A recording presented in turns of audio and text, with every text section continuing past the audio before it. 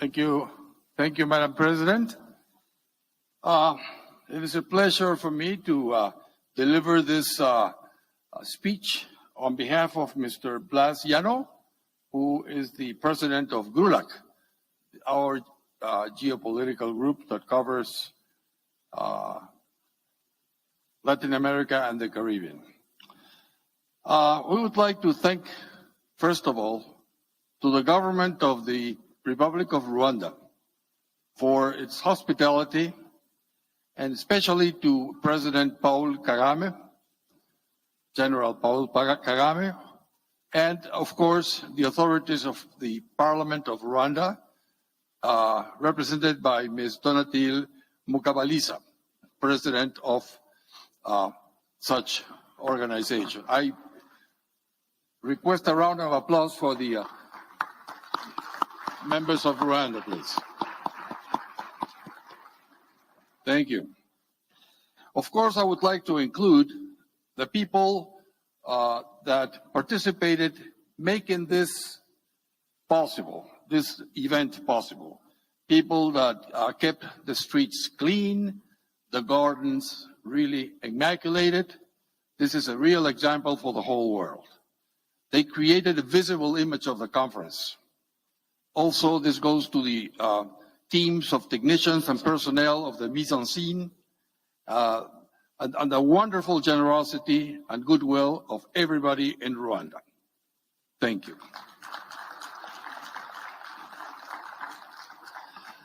This assembly has recovered the lost energy, the energy it lost exactly because of the pandemic.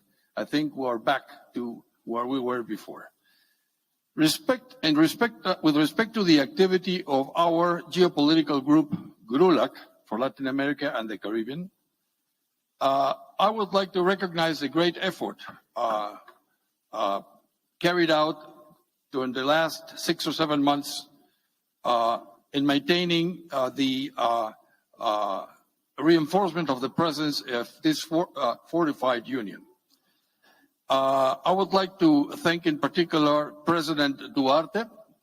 President Duarte has actually been physically present this past 6 months in many parts of Latin America, namely Argentina. Also, he visited Colombia, Panama, Uruguay. Actually, you missed Peru, Mr. Duarte. I hope to see you there next time. And then he went back to Paraguay on an official visit, and recently he had a visit in Halifax, Canada, to continue with the commitment to actually make ourselves, the Interparliamentary Union, closer to the Caribbean islands, so that we have an enlarged GRULAC geopolitical group. And for this, Guyana would take an important participation in the task. Now I would like to make special recognition to the effort made by the President and the authorities of the Interparliamentary Union for accepting the offer to create a decentralized office in Latin America as a pilot, and this will take place in Uruguay. And we hope this is the start of many other offices from other geopolitical groups. For instance, Egypt, that has recently made a voluntary offer. So nothing would have been possible without the help of everybody, not only there in the executive committee, but also all of us in the assembly, and particularly in GRULAC, which is our geopolitical group. This is also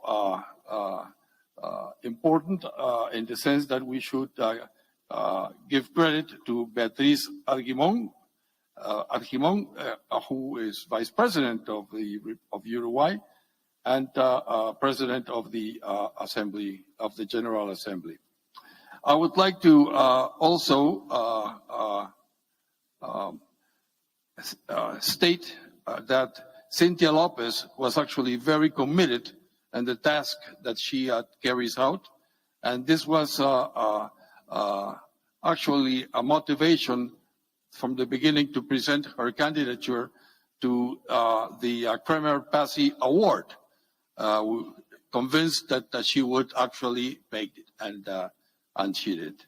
So I would like to also specify and underline the extreme vitality of another young parliamentarian, my friend Senator Rojo Edwards from the Republic of Chile, and a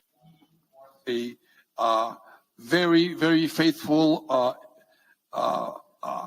believer in the proposal of the point of urgency, convinced that whatever we state here as a resolution in this interparliamentary union will be a very good support towards peace in Ukraine and hope and peace for the world.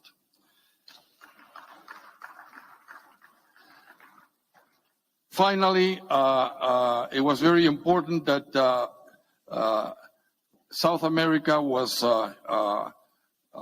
chosen to commemorate the International Day of Parliamentarism and the 133 years of life in this family that we are.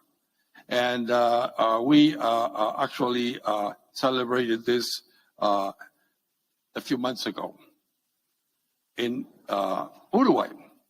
So I'm sure that in the next coming years, we will see changes, very positive changes, and importantly, we'll see an increase in the visibility of our parliaments, the visibility of in the organization and reinforcement of the capacity of our parliaments to influence in the way our governments conduct their business. We are parliaments effect political control, and we as a collective of parliaments must do so specifically through the United Nations, but in particular through each of every and one of our parliaments. So to close, I would like to say that we're very happy to have received your confidence as GRULAC in this very significant time in history, having passed the pandemic and entering a war of significance in Europe. I'm very happy to having been selected to speak on behalf of Blas, who is the president of GRULAC, and I would like to convey his expression of thankfulness, and he wants to thank not only all of us, but also the people of this beautiful country, Rwanda. Thank you very much. Thank you.